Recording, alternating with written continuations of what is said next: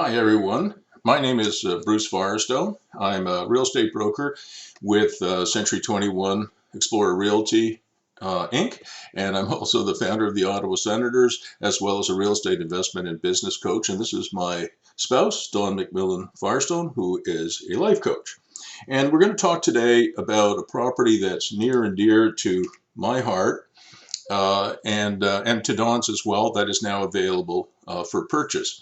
But before I get into all the different details of this, and it's quite a complex project.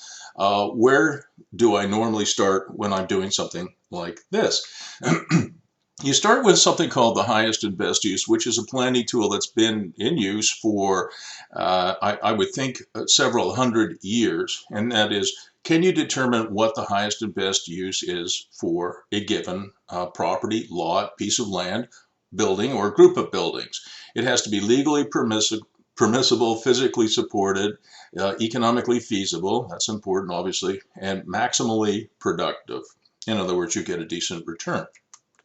I defined highest and best use some time ago as highest and best use for a property is achieved when the value created by its development or redevelopment for a specific set of physically possible permitted uses, its functional program, and a particular form of structure combined to produce the highest present value of rents, that means income, over the entire economic life of a project. And today you might modify that to include optimizing both the built form and function, so form and function, to produce highest returns, not only for you, the owner, the investor, or the developer, but also for any residents, tenants, visitors, guests, users, passersby, neighborhood, community, and public room. Public room means the street or the immediately adjacent public area.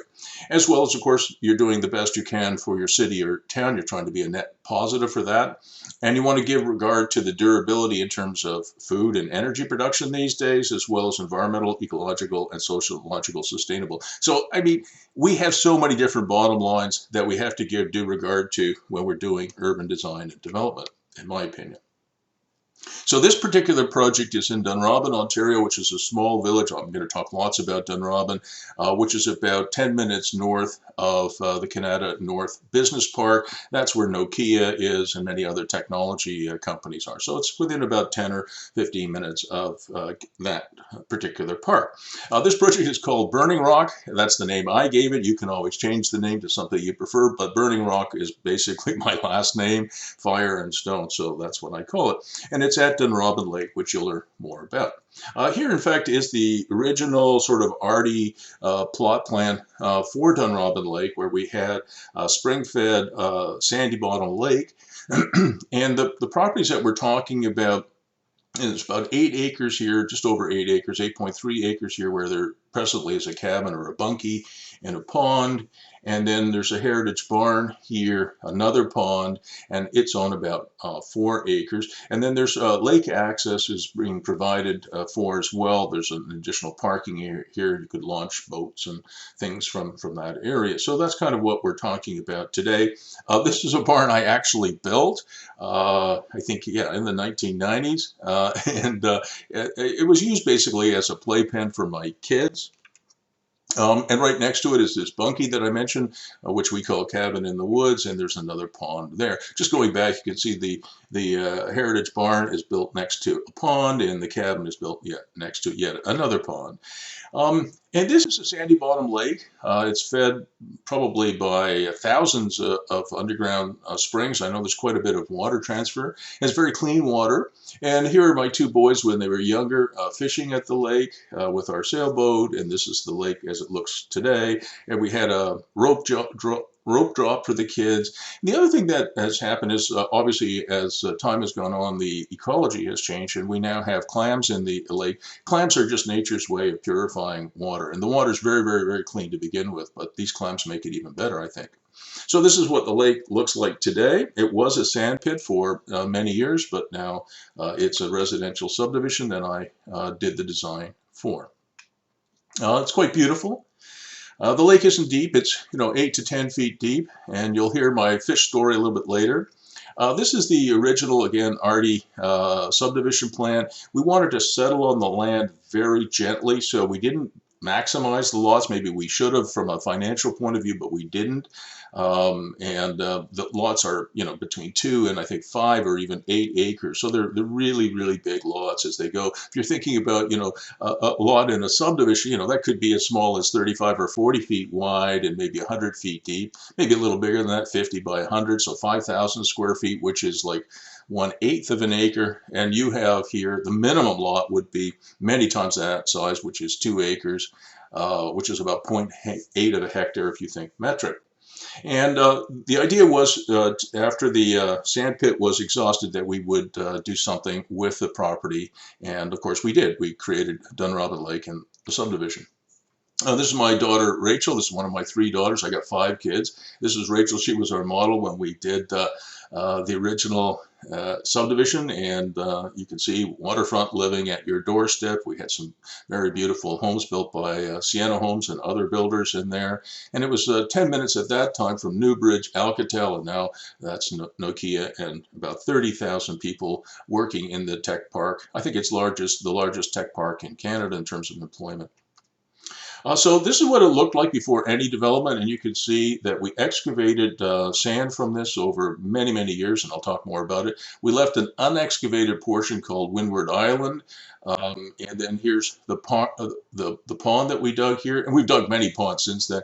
And I had my old office here and a cottage here, and you'll see better pictures of them later. So it was a really important part of the Firestone family, and we'll be sad to see it sold. So we excavated 1.1 million tons of sand over 17 years.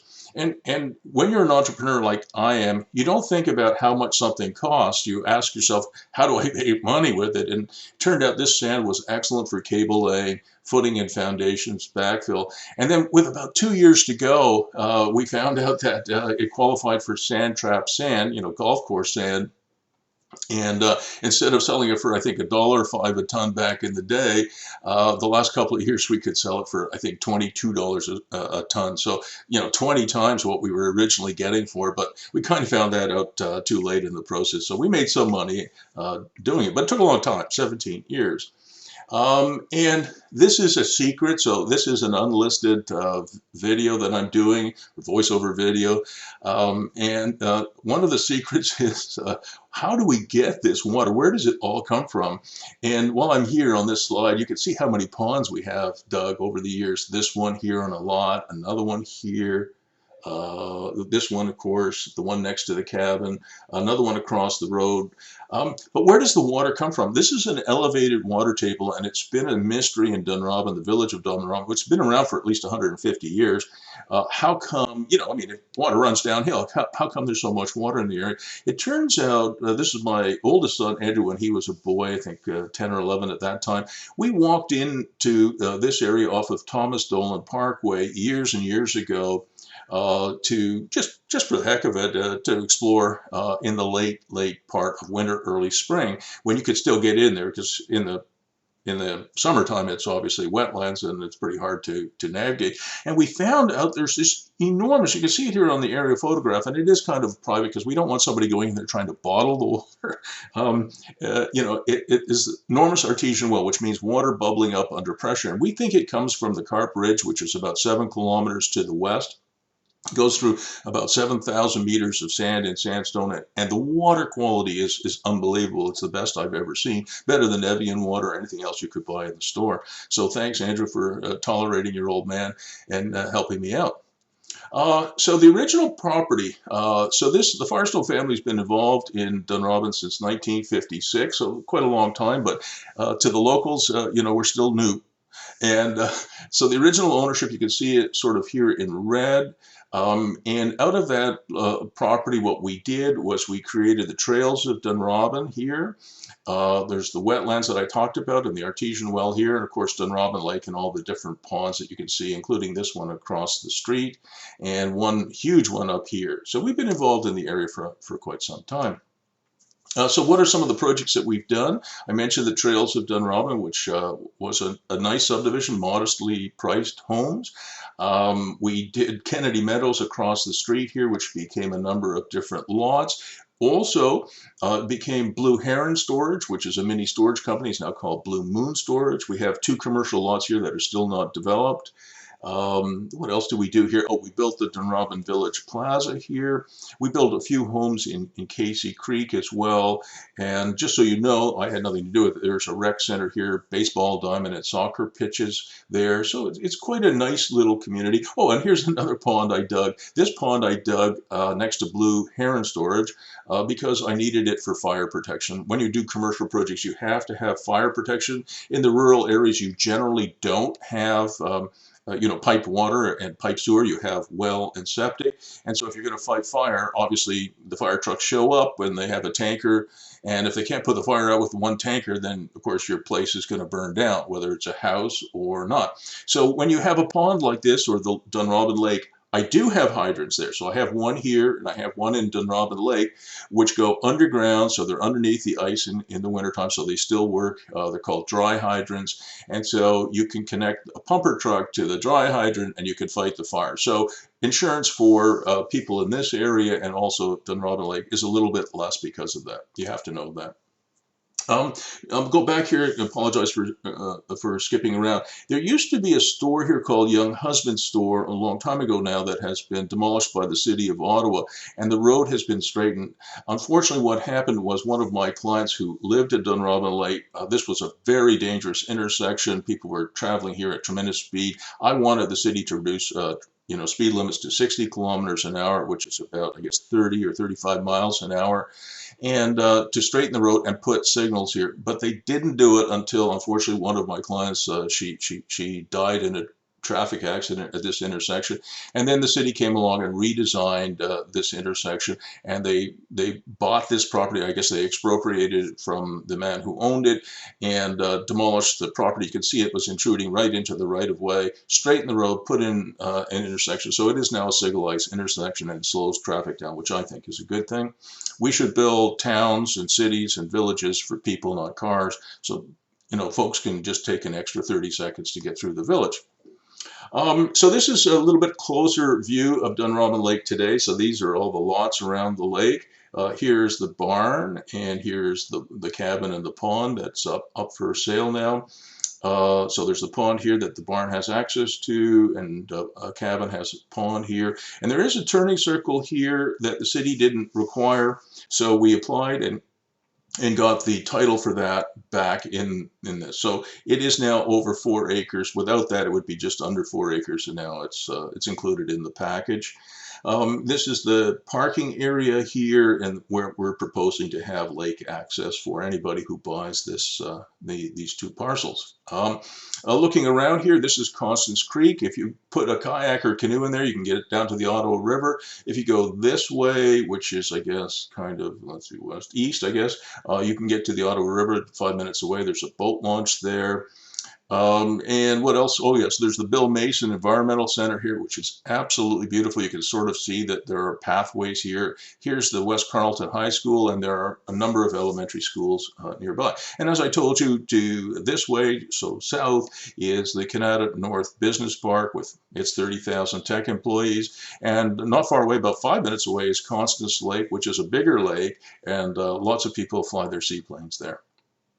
So this is, this is the Kanata North Business Park. I said 8 minutes away, but Google says it's 10 to 15 minutes away, so maybe I cheated a little bit there. And you can see all the companies there.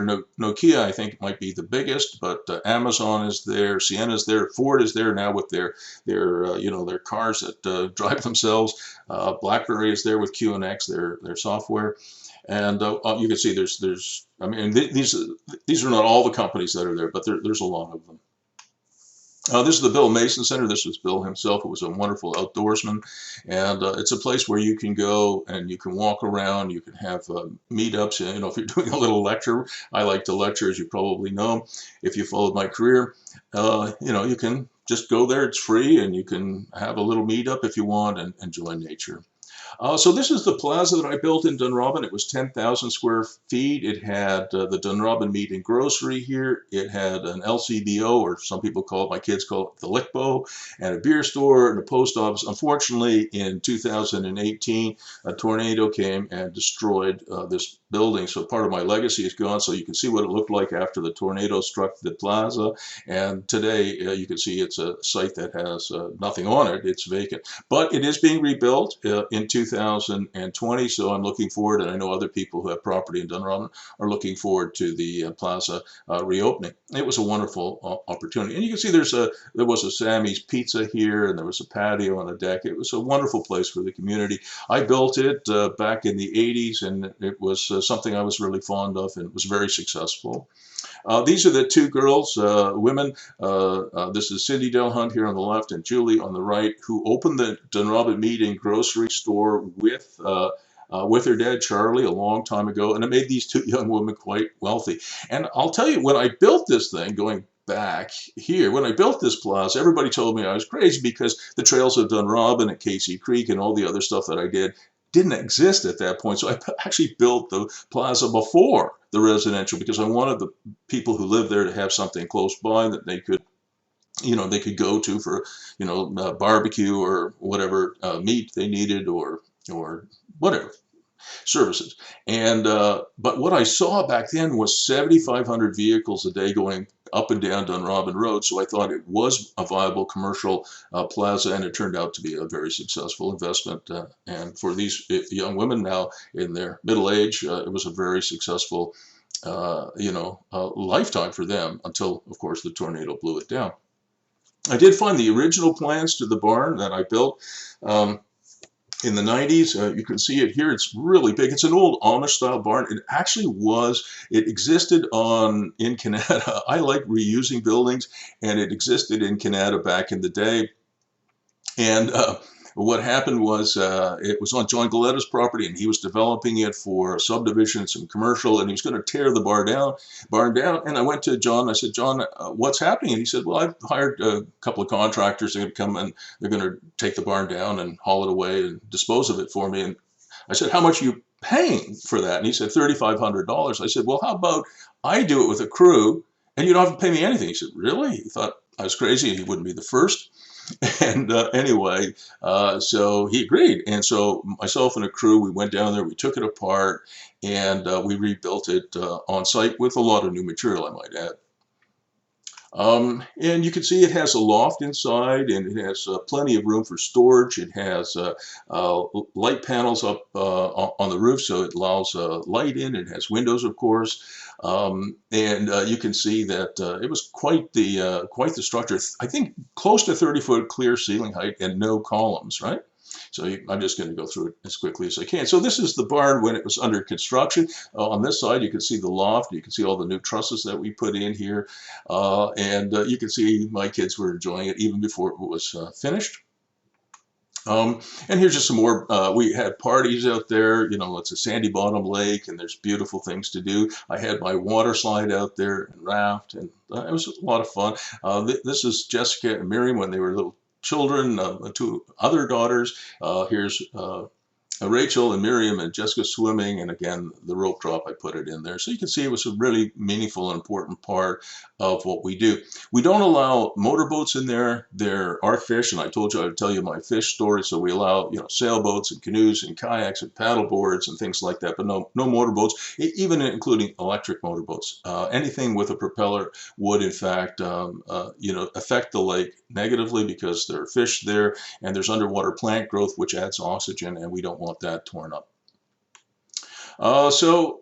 Yeah, now's the time to tell you my fish story, and I'm sorry it's taking so long to get through this, but believe it or not, the original slide deck I had was even longer, so you're going to have to put up with me. I do use these voiceovers as learning tools. I am teaching a generation of people who I call development managers to understand the concepts I'm going through. What is the highest and best use? How do you do financial analysis? How do you do urban design? What about zoning and bylaws? So this is part of that. So again, I apologize. It's probably too long. So I fished with a bunch of my friends back in the 90s, late 90s, 1997, and I got permission from the Ministry of Natural Resources to transport live fish. So I went to Cyril Leader and Randy Sexton, these were two co-founders of the Senators with me, went to their favorite fishing hole about an hour and a half south of this property, and there was, I think, 8 or 9 of us who fished all day. We ended up with 3, count them, 3 fish. And just as I'm putting them in the pails so I can bring them up to Dunrobin Lake and release them, I asked the boys, anybody know the difference between girl fish and boy fish? And none of them knew. I didn't know. I'm not much of a fisherman. And so I said, gee, I hope I don't get 3 boys or 3 girls. It won't do me much good. But as it turns out, I ended up with 2 females and 1 male, which is the perfect combination if you only have 3 fish. And but I'll tell you my Lady Di story, Princess Diana story. So what happened was, it was August 31st, 1997. We had fished all day. I was in my minivan. I think it was one of those Dodge Caravan minivans, because we had 5 kids and a nanny and my mother-in-law. We needed something that could transport a whole passel of people.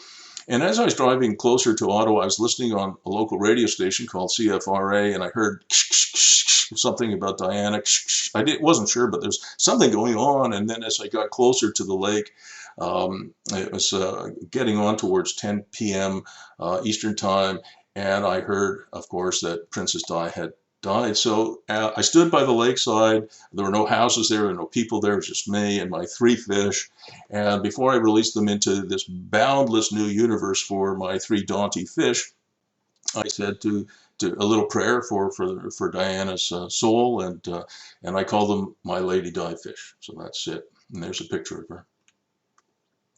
Something else, another story that I'll tell you about the lake is we found, as we dug down through this incredible sand layer, when we had the sand pit going, we asked the Ministry of Natural Resources to allow us to dig down instead of out. If we had to dig out, all this treescape that you can see on my screen here would have been gone. It would have looked like the lunar surface.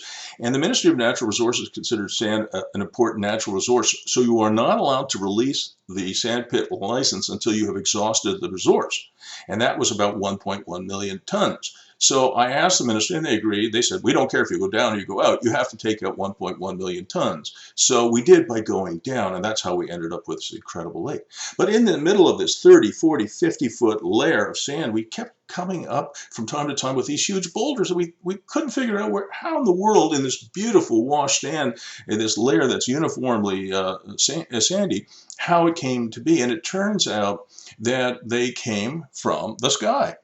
And so this area, about 10,000 years ago, had about 1 or maybe even more than 1 kilometer, more than 1,000 meters of ice here. And as glaciers move, these boulders would go up into the ice.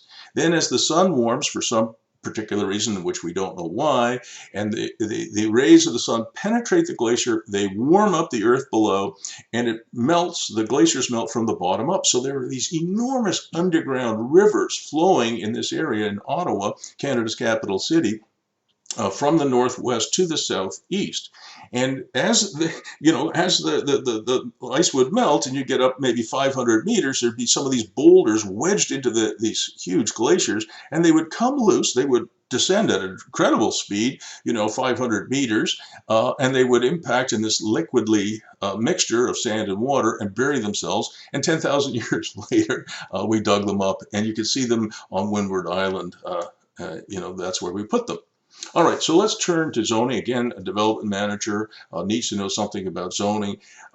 This is the barn. This is an aerial photograph of the barn, and you can see this red line here describes the zoning as RC3 with a bracket 546R and then H. So this part of the property is zoned rural commercial, and this part is EP3, environmental protection. So that's where your wetlands are, and this is where the development envelope is. The property next door, which I'll talk more about, has exactly the same zoning. Oh yeah, here it is here, 102 Constance Creek Drive. That's where my old office was. That is not part of this deal. And this is where the barn is, which is 106 Constance Creek Drive. So this zoning was put in place by the City of Ottawa in 2008, a period when I didn't own this property. This property was owned by somebody else, even though I built it. Some of you may know that the Sens went bankrupt in the mid-2000s, 2003, 2004, so I had to switch tracks in my life, really. I became a real estate broker and real estate investment and business coach. So this was went away with the bankruptcy and went to another owner. And while he was kind of asleep at the switch, the city did change the zoning to RC3 546RH. What does that mean? So the permitted uses are pretty broad. This is the RC3 rural commercial zone. It allows things like an amusement center, animal care, I suppose a vet, I guess that would be vet, or animal hospital would be a vet, artist studio, campground, car wash, this kind of thing. Detached dwelling, a dwelling unit is permitted. Hotel, that's me emphasizing that. You'll see why in a few minutes. Kennel, a parking lot, a restaurant, a food store limited to a farmer's market. That's something my wife was interested in doing. A retail store, a storefront industry. I'm not exactly sure what that is, and a warehouse. There are some conditional permitted uses, not really of any interest to me, but bank machine, convenience store, drive-through, personal service business. And then there's some additional uses. When you actually go down, drill down, zoning is tricky. You really have to know what you're doing. Additional permitted uses include daycare, I suppose. And then this is me again with the red here, light industrial use limited to the manufacture of canoes and kayaks. And that's because I had rented it after, when I owned it, to Peter Schultz, who made beautiful cedar strip canoes and kayaks. So I guess the city just threw that in. Medical facility, so if you wanted to run some kind of doctor's office, that would be fine. Place of assembly, limited to a club, so not a place of worship. A storage yard that is enclosed, a theater, and that sort of thing. But what they did over here was they took out the detached dwelling unit and the dwelling unit and the restaurant. So we'll come back to that. So there's going to be some workarounds that have to be applied there. Where a holding symbol exists, it may only be removed by amendment to this bylaw upon compliance with the following, which is submission and approval by the city of a site plan control application. And I've dealt with that, as you'll see, with the building permit that I got. All right. Now, even though they took out the accessory dwelling unit and the dwelling unit, you'll notice that this is my old office here, and it is now home and an office, and it has a workshop. So I think there's plenty of room and scope for this, but I have a workaround, which I'll talk about in a second. And the workaround is this. This is the cabin site, which is zoned RR3 and EP3. So you've got a lot of environmental protection here, and you've got a building envelope here. Now that building envelope, I think, is a bit small, so we're going to talk about how to change that in a second. So what is the highest and best use? If you were a development manager, this is kind of where you start. You visit a property, walk the property, you know the property. Obviously, I know the property well. So what our plan was is maybe a little bit different from this, but it could be something like convert the barn to a 4-bedroom cottage on the main floor, using it for coaching, events, and Airbnb. And you remember I highlighted in red that hotel is permitted use. So I believe that we can get a residential use here, but it is limited, I think, at this stage to an Airbnb kind of thing, a vacation rental by owner or something like that. And you can have a 2-bedroom apartment in the original loft. That's in addition to the 4 bedrooms on the main level. And again, that's hotel use, because Airbnb and vacation rental by owner are covered by the Innkeepers Act as opposed to the Residential Tenancy Act. So it's a little bit of a different use, and I think it would be permitted under the existing zoning. There can be an additional guest suite in the new loft, which I'll show you a little bit later, maybe a detached garage. Our plan was to improve the existing cabin and bunkie and add 3, 4, 5 yurts. I like glamping, and certainly the people I coach would like to, I'm sure, at least in the summer months, come and stay in yurts or bunkies and get some coaching. There is another entrance. I had forgotten about it, but we put in a culvert to Thomas Dolan, so we actually can have a second entrance, and you'll see that on another thing in a minute. We're going to create or you could create a boat launch and a dock and a raft in the parking area that I highlighted in one of the earlier drawings. There's an existing drilled well on the property, which is absolutely beautiful. It's on the barn property. And this number 10 is important. Do the lot line adjustment to increase the building envelope on the cabin site. That's where you could certainly add a coach house and a new home there. Possibly as well, you might do a minor variance on the barn site at some point, but that would be later. You could then add another home. This is the AccuTest chemical analysis. Most people only do two kinds of analysis. Are there any coliforms or E. coli in the water? In my opinion, that's not enough. You have to do a chemical analysis and try and meet the ODWO standards, the Ontario Drinking Water Objectives. So this was the actual test that we did on the well on site back in 2004. And the water is excellent. The well is certainly viable today. This was the kind of almost hand-drawn stuff that we did for the refurbishing of the barn. And it was done by an incredible designer. You'll see a picture of her in a couple of slides. Her name is Diane Beaulieu. And there's a main entrance here. You go up the stairs here. There's a little loft up here with another guest suite up there. This is a kitchen and dining area, sitting area here. We're going to put my mom's piano there, 4 bedrooms there, and then back here you've got some storage and you've got a place for washer, dryer, etc. So this was kind of what she did. Another bathroom to go in here. And then you remember the loft that you saw, the original loft. So you come up here. This was the idea was to put a 2-bedroom apartment here that could be separate or could be part of the main structure, either one, depending on how many people you want to host. And it's an amazing design, very efficient. This was then the other loft, the new loft that we created. And here's Diane. She has her degree, I think, from the University of Manitoba, and an incredible amount of experience. She's very talented. And so I asked for some help, and she did some drawings. And then, of course, you can't submit those hand drawings to the city of Ottawa, or probably most cities and towns these days require something. So we hired Dustin Design to turn those into plans that we could submit. But we also did structural review, which you see here, and it's been stamped. This is, again, just more structural review. You can see what we're doing here. Again, now this is the interesting, one of the things that we did, you may not have noticed, is that there are 2 WCs, 2 bathrooms here, and they're double loaded condition. In other words, you can get to the bathrooms from outside as well as from inside. Right, so this is a concept I used actually at the Canadian Tire Center where the Ottawa Senators play, to double load condition.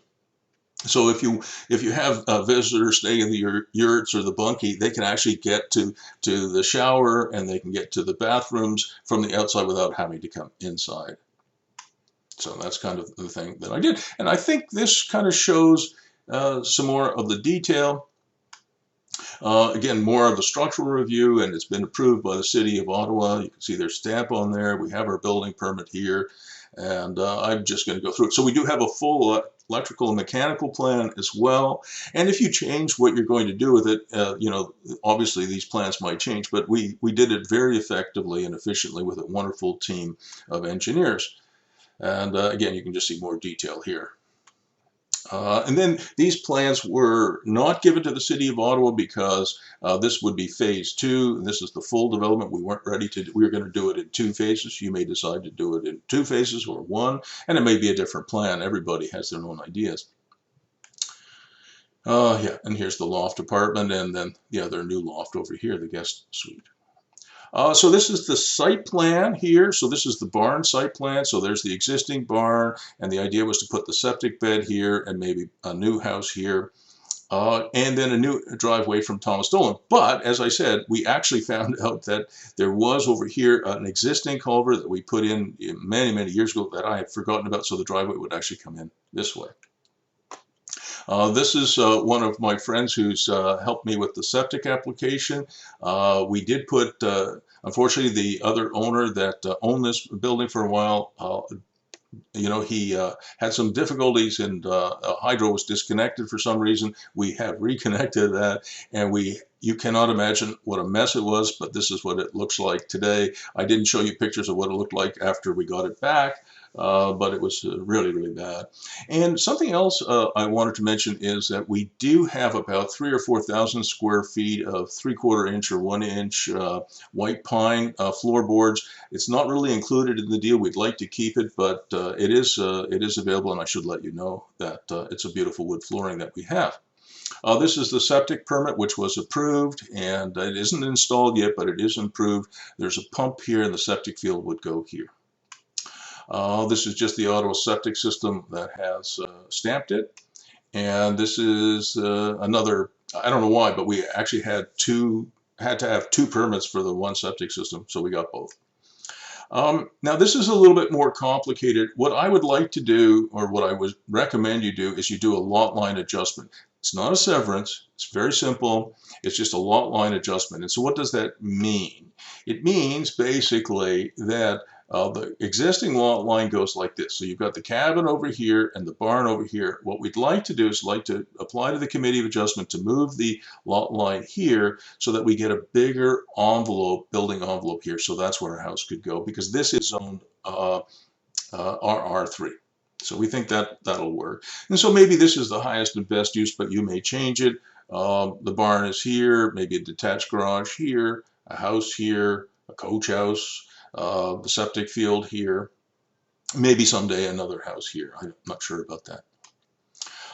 So just, oh yeah, on this one, I wanted to show you, this is where the entrance is. That's where the culvert is, so you can actually bring in. So you got access from Constance Creek Drive here, but I think you can also, well, it's already there, you can have access from Thomas Dolan Parkway as well. And the idea was to add some bunkies and yurtas, so you can see them here. There is an existing bunkie here, but we'd like to put some more in here, and maybe one day a new pond, although I'm not sure about that. We've got enough ponds. This is then the parking area here, and this is where I think you would do your boat launch and your raft. It's a beautiful bay. Some of the house plans that we were looking at, this was something that we just thought fit with the architecture of the barn. You know, lots of other people have done it, you know, turning something that looks like this into something like this. I think there's actually a program called Barndominium. So you can see that people have done this before, and it's really remarkable. And you can have all kinds of different bunkies, you know, it doesn't have to be yurts. It could be something that looks like that, little cabins.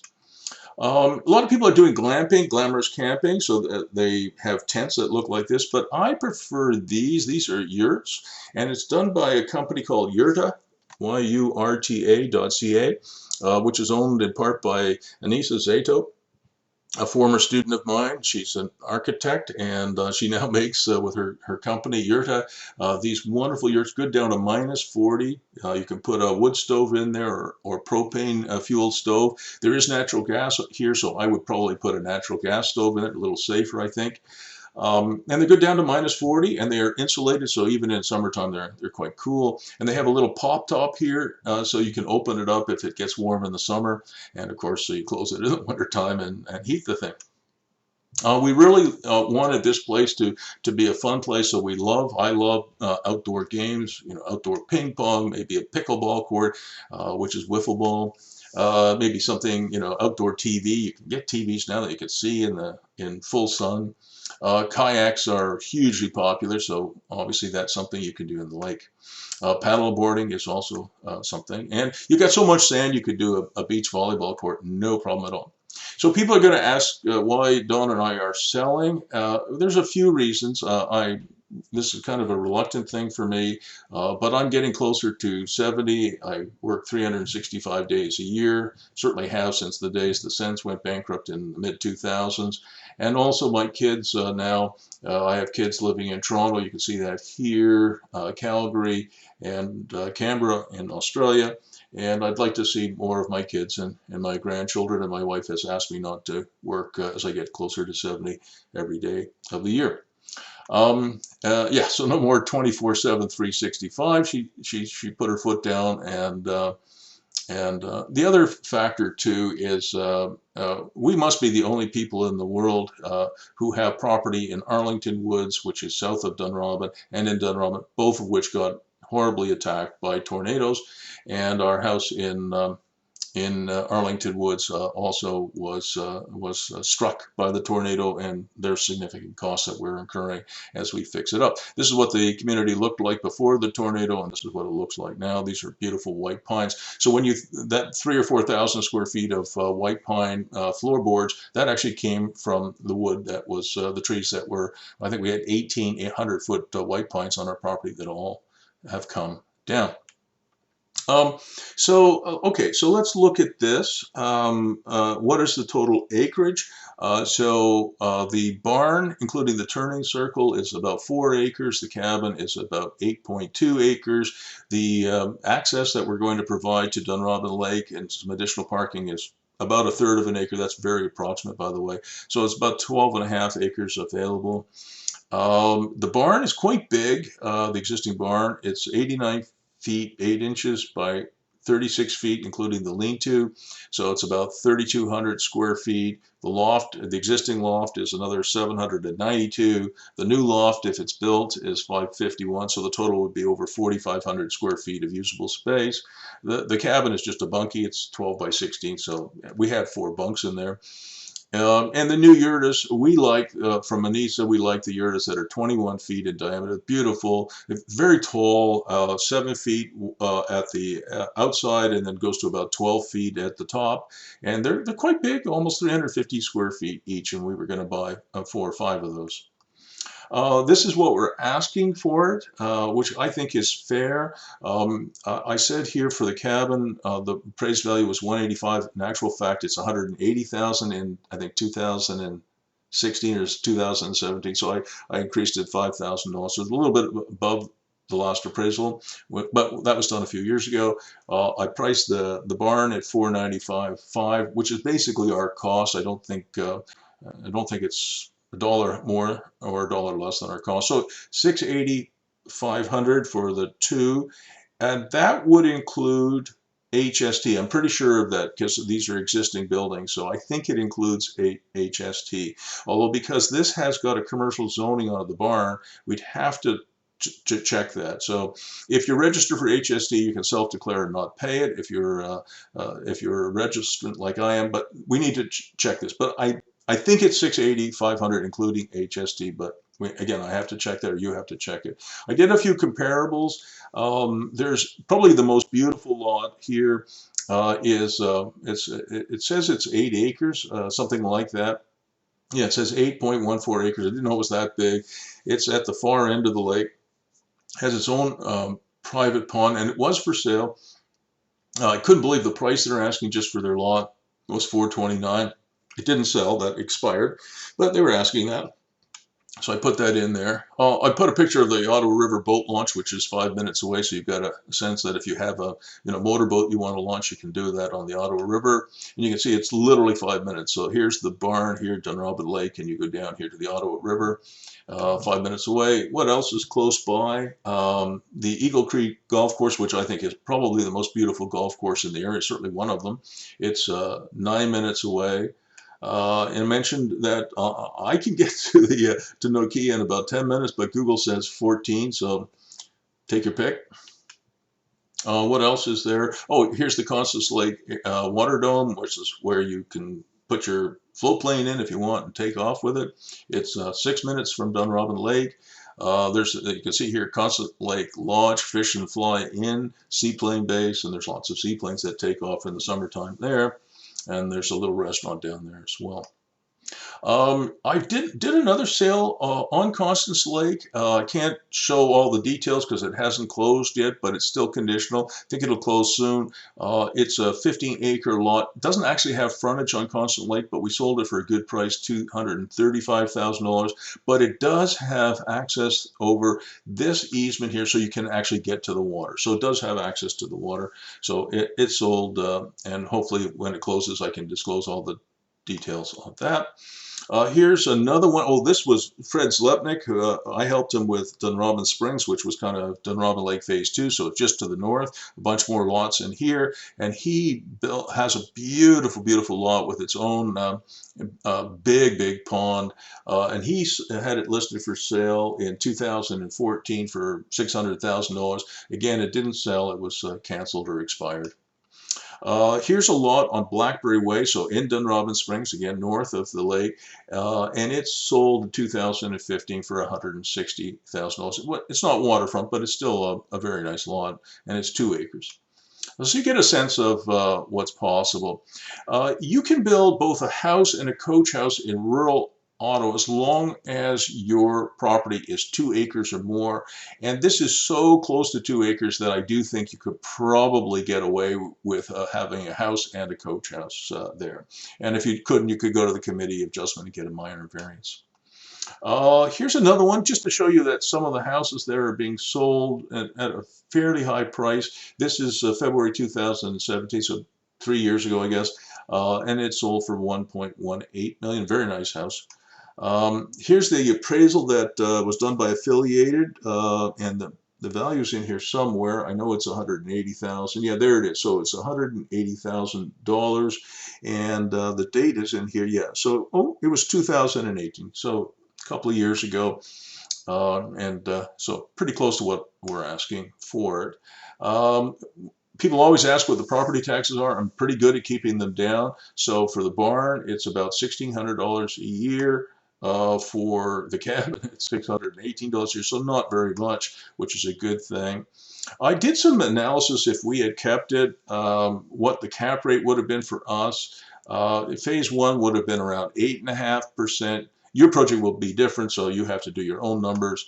And then with phase two, it would jump to about 14%, which is pretty good. Cap rates on investment property typically are, in Ottawa around 5 or 6%, in Toronto probably 3 or 4, Vancouver might be even less, and I recommend a minimum of 6. So this would probably do quite a bit better. But again, your functional program might be different than mine. So that's it. I'm sorry it took so long to get through this, but I appreciate you sticking with it. I hope you did. If you need any information from me, my cell number is here, 613-762-8884.